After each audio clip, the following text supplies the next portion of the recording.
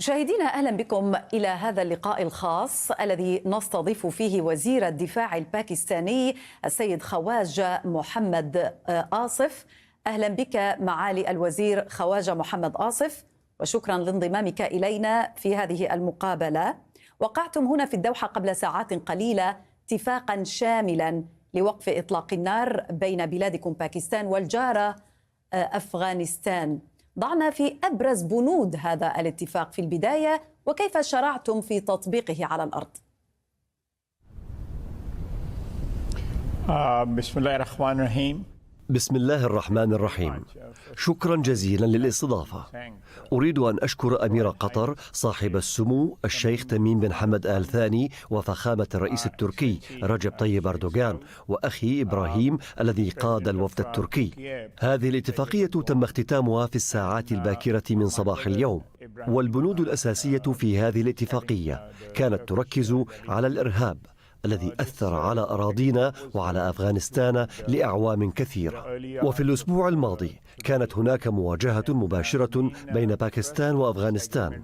الليلة الماضية توصلنا إلى أن هذا الإرهاب يجب أن يتوقف وفورا، وأن يبذل البلدان جهودا جدية ليكون هناك ضبط جدي للإرهاب واستئصاله من هذه المنطقة، والذي إذا ما استمر فإنه سيؤدي لأضرار هائلة ويهدد السلام في منطقتنا.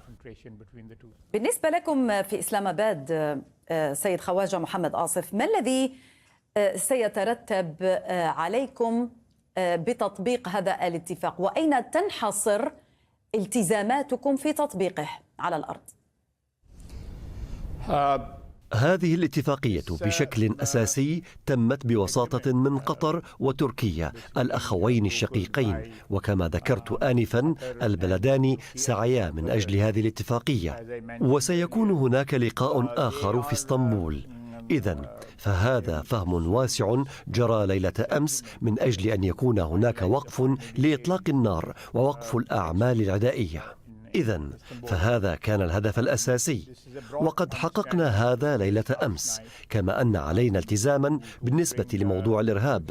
ووزير الدفاع الأفغاني قاد الوفد الأفغاني. إن هذا الإرهاب هو الذي يضر بعلاقاتنا، وهو السبب الرئيسي للتوتر بين البلدين، وسوف يتم ضبطه إن شاء الله. ما الذي جرى إذن ترحيله إلى الاجتماع القادم في اسطنبول قبل أو بعد نحو أسبوع؟ ما الذي ستتم متابعته في هذا الاجتماع من آليات لتثبيته أو تثبيت هذا الاتفاق على الأرض؟ بشكل أساسي كما أشرت، ستكون هناك آلية لجعل هذه الاتفاقية أكثر كفاءة لمعالجة كل المشكلات القائمة بين البلدين. الآن والاتفاقية الأساسية تم التوصل إليها ليلة أمس، وهي تضع أرضية للتفاصيل والنص القادم، وهذا سوف يتم الفصل فيه بين وفدي البلدين في اسطنبول. ما الذي جرى إذن ترحيله إلى الاجتماع القادم في اسطنبول قبل أو بعد نحو أسبوع؟ ما الذي ستتم متابعته في هذا الاجتماع من آليات لتثبيته أو تثبيت هذا الاتفاق على الأرض؟ وجود الدولتين المضيفتين والنيات الحسنة من قبلهما والتي أسفرت عن التوصل لهذه الاتفاقية هو الضمان، وأن ذلك سيمكن من وقف الإرهاب. لقد عانينا لسنوات وفقدنا نحو 4000 شخص، بالإضافة إلى الأضرار المادية والممتلكات والأضرار بالسلام الذي انعدم تقريبا في المنطقة الحدودية بيننا وبين أفغانستان. أعتقد أن السلام سوف يعود، وستكون علاقات طبيعية بين باكستان وأفغانستان، وهذه هي الفائدة العظمى لهذه الاتفاقية. والآلية ستهدف إلى بسط الاستقرار، وسيتم وضع التفاصيل الخاصة بها خلال أسبوع. هذا هو الوضع العام الذي تم وضعه والتوقيع عليه من قبل ووزير الدفاع الأفغاني وبشهادة تركيا وقطر. ومن منطلق أن العلاقات ستكون عادية كما ذكرت معالي الوزير خواجة بينكم وبين أفغانستان بموجب هذا الاتفاق، هل سيتم فتح الحدود بين البلدين بما فيها من معابر أغلقت بسبب التوتر الأخير؟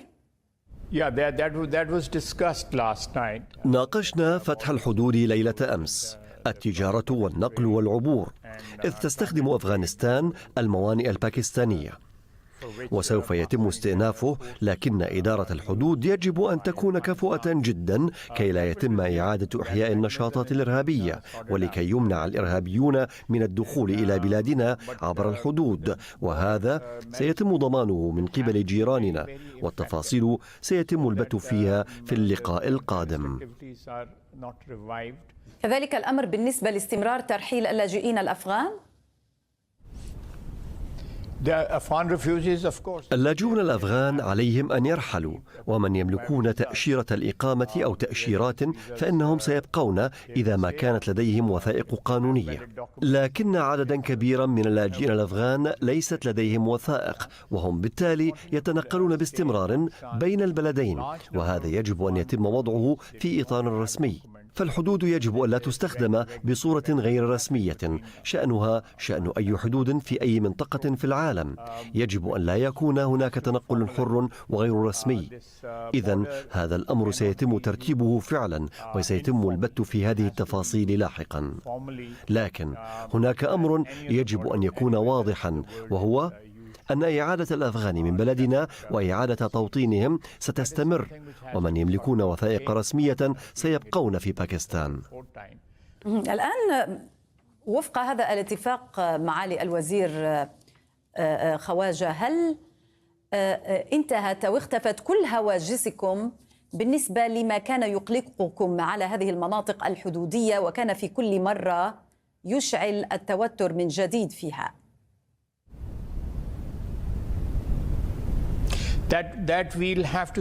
هذا الأمر يجب أن ننتظر لكي نتأكد، والزمن كفيل بأن يجعلنا نتأكد من ذلك.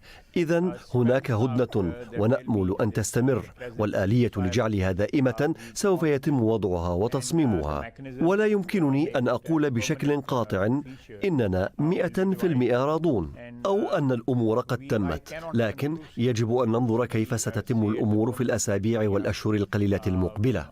لكن الأوضاع عادت إلى التطبيع بين باكستان وأفغانستان، والمناطق الحدودية الآن هادئة، وليس هناك أي تهديد وشيك بالعنف أو الإرهاب، كما أنه ليس هناك ملاذات آمنة الآن للإرهاب، وليس هناك أي دعم للنشاطات الإرهابية من أي طرف يقوم بعبور الحدود، فالإرهاب يجب أن يتوقف. ولهذا السبب أقول إن علينا أن ننظر لنرى كيف يتم تطبيق هذه الاتفاقية، ولدينا بضعة أيام لنقوم بالمتابعة روحا ونصا.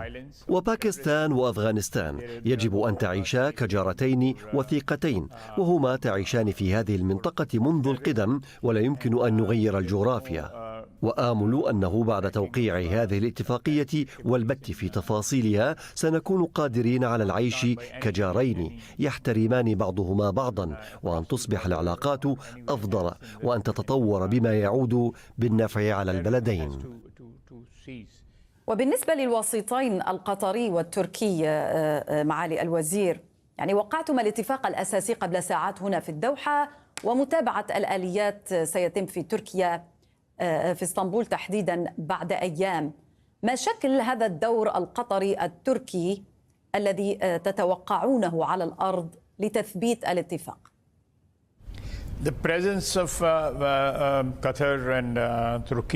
إن وجود قطر لهم حقا، ونأمل وندعو أن كل ما تم التوصل إليه أمس وما سيتم التوصل إليه لاحقا، والتفاصيل والبنود وتوقيع هذه الاتفاقية والالتزام بالسلام، أن يتم وضعها من قبل إخوتنا في قطر وتركيا، وهذا هو الضامن للاتفاقية. ووجود قطر وتركيا في إطار هذه الاتفاقية سيكون عاملا مهما يحقق نتائج هذه الاتفاقية وما سيتم التوصل إليه. وزير الدفاع الباكستاني خواجة محمد آصف، شكرا جزيلا لك على هذه المقابلة.